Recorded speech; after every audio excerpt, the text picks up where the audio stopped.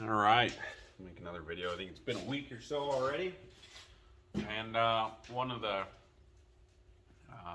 questions I get a lot is, hi, little pig. I know. Anyways, Hey, quit it. Quit. one of the questions I get fairly often is, what is my least favorite truck, and why? Now, I'll kind of get to my least favorite. We'll start with a few others. Man, she's on one today.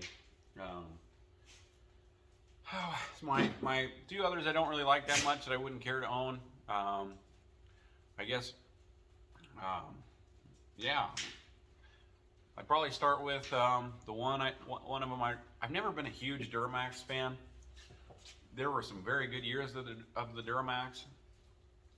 I've owned quite a few Chevys, but never have I personally owned a Duramax. I had a 2011 for a work truck when I used to be a company man for somebody else. It was a good truck. It was deleted. That was a good old truck. The thing I don't like about them is, as Chevys and GM goes as a whole, is I don't care for the front end that much. I feel like if you get any weight on those trucks, you're always riding on that bump stop on that torsion front end. And then pretty much ride height. That is something I spend a sizable amount of my time not on what do I want to say, maintained roads, and in the wintertime and the snow gets deep, and you can get in the morning, and what's more important is whether you can get out in the afternoon or at night when you're done working. So that's why I've always been a kind of a Ford guy, and Dodge too. The straight axles, they just sit taller. So that's always kind of been why I've been a little bit of a Ford guy. But the reason I was never a huge Duramax fan was, one, back when I was younger, they were the big expensive fuel injector bill of all the trucks. To have 8 of them, common rails, they were pretty high in the grand scheme of things. They're good years. Our new trucks, our new trucks that we deal with today are so much more problematic than what we used to deal with. It's kind of funny. I'd always, in the big picture, the 6 liters, which I'm a fanboy for 6 liters. I get along with them good, but we'll get into that later. The 6 liters were 100 times more reliable than the stuff we're buying right now. Yeah, the cool part about the stuff now is it's all big power. Hang on.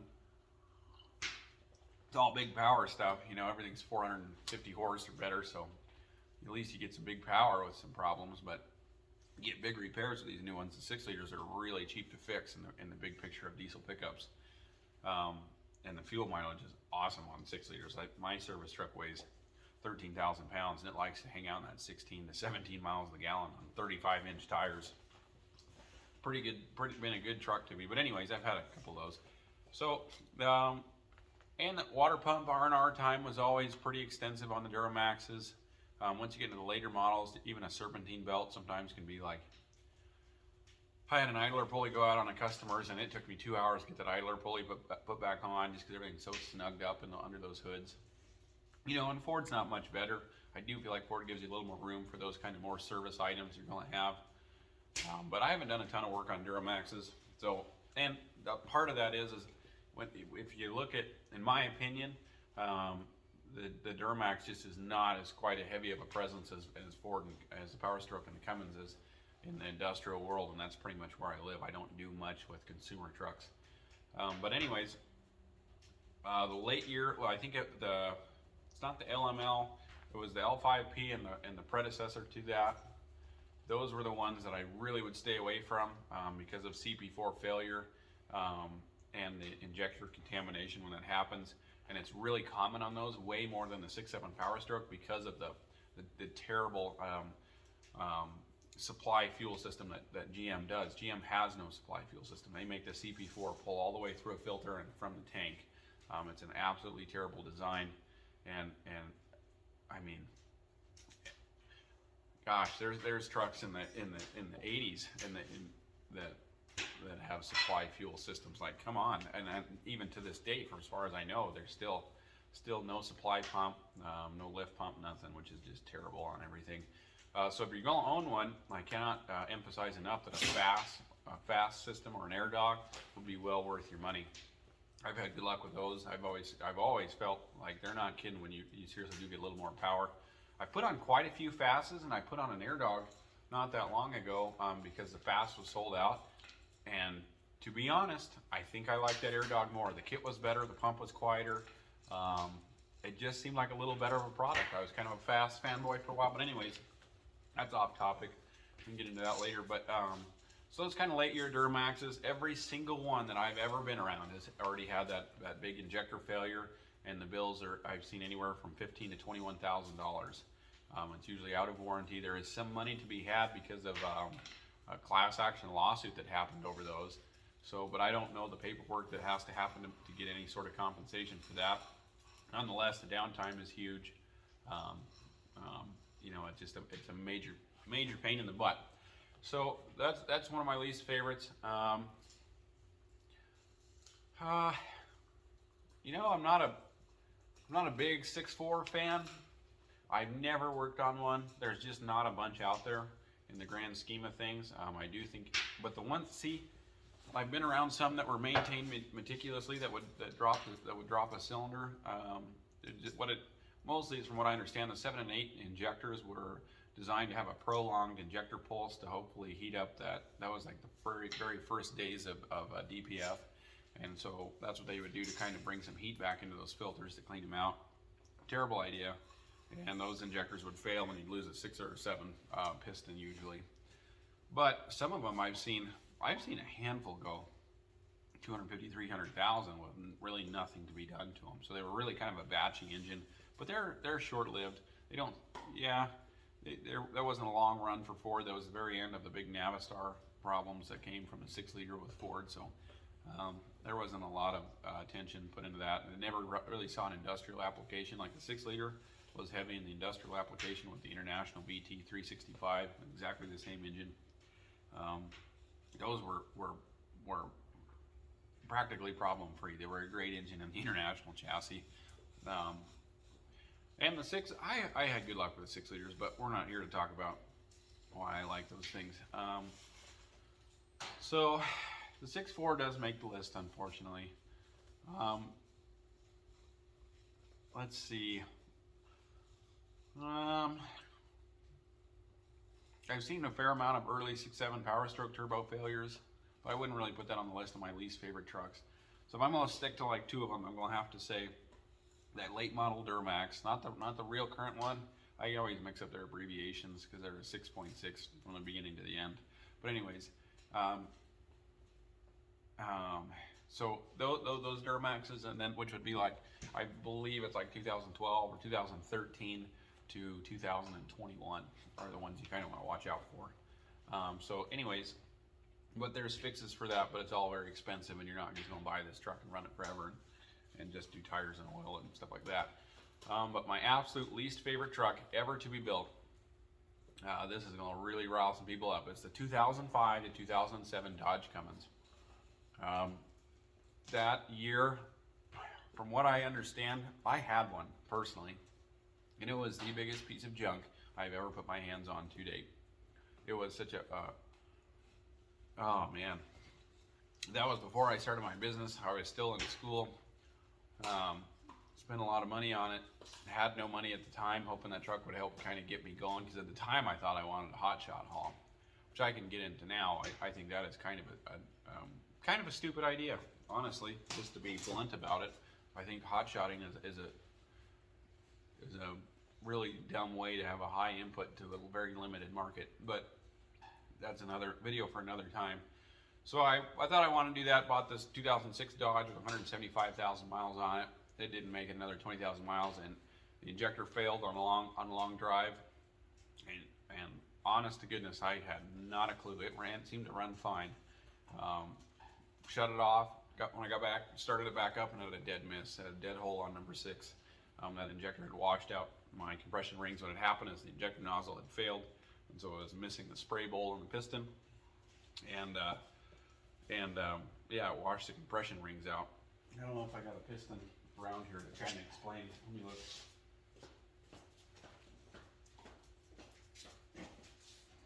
Yeah, here we go.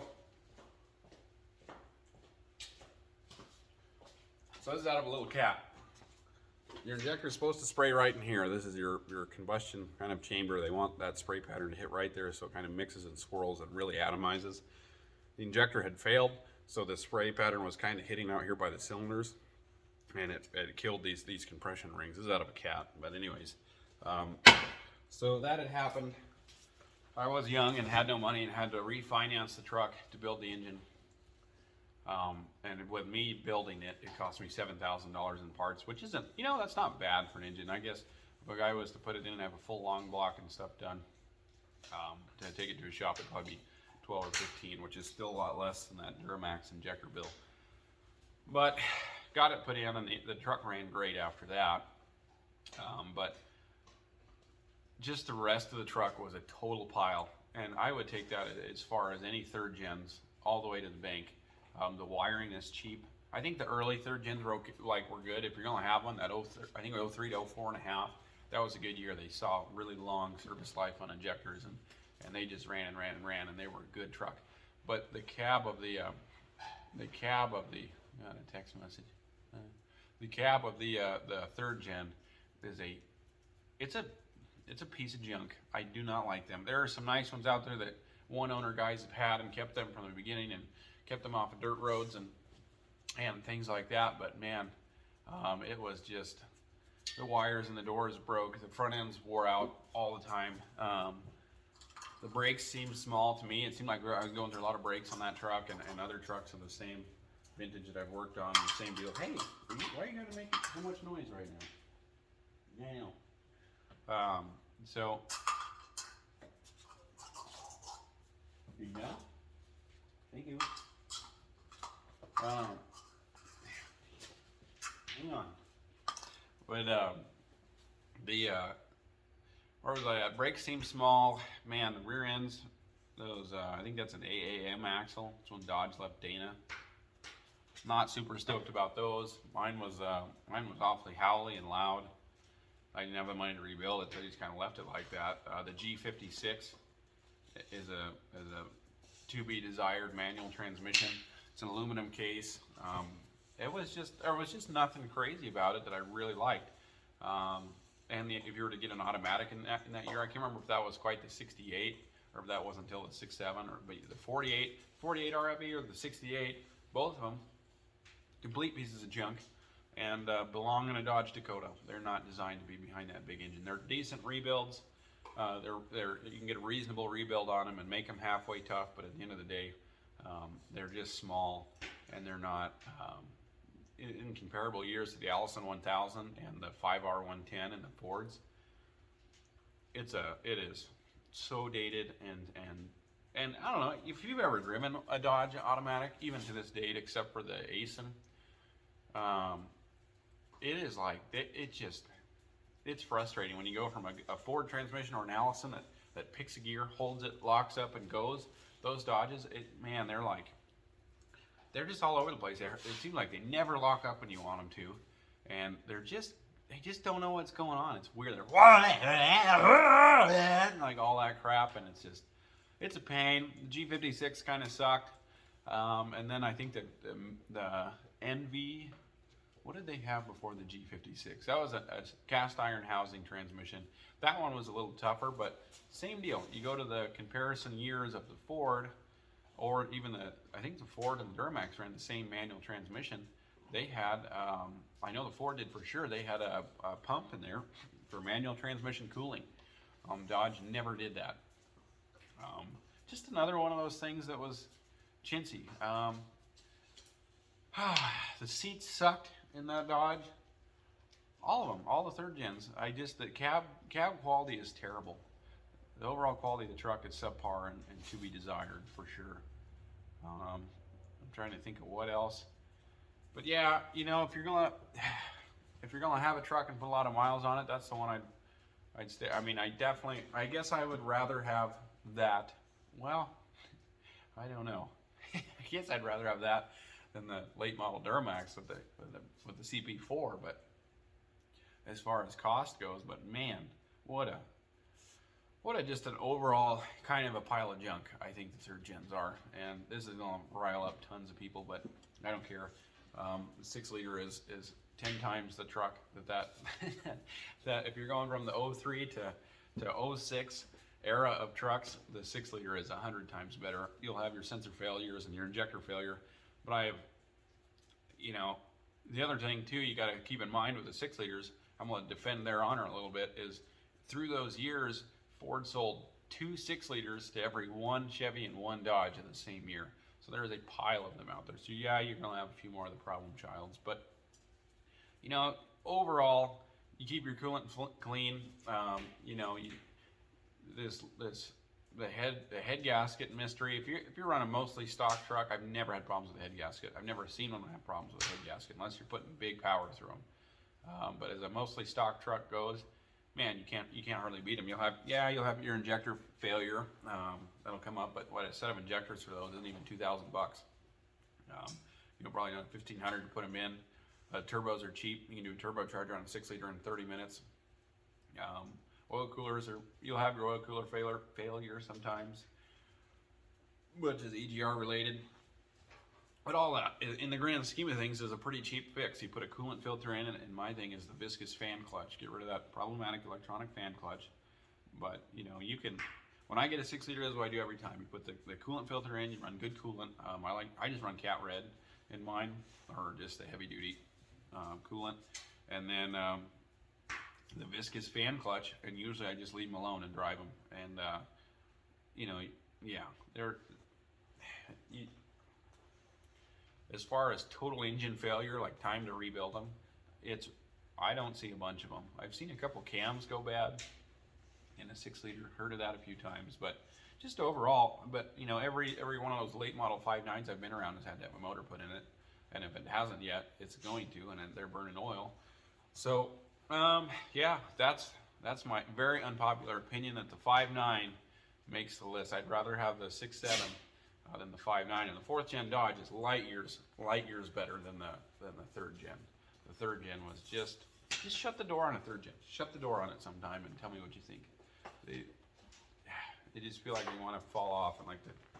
You know, and if you shut the door too hard, your back window's not going to roll down anymore. Just stupid crap like that all the time. But either way, for what it's worth, there's my 2 cents on my least favorite diesel truck to ever hit the market. Yeah, thanks for watching, and happy Thanksgiving. It's actually Thanksgiving today. Figured I'd make a video out here. I got nothing else to do. The shops are closed. I guess I need to go to the store because I waited till the last minute to do that. But yeah, thanks for watching.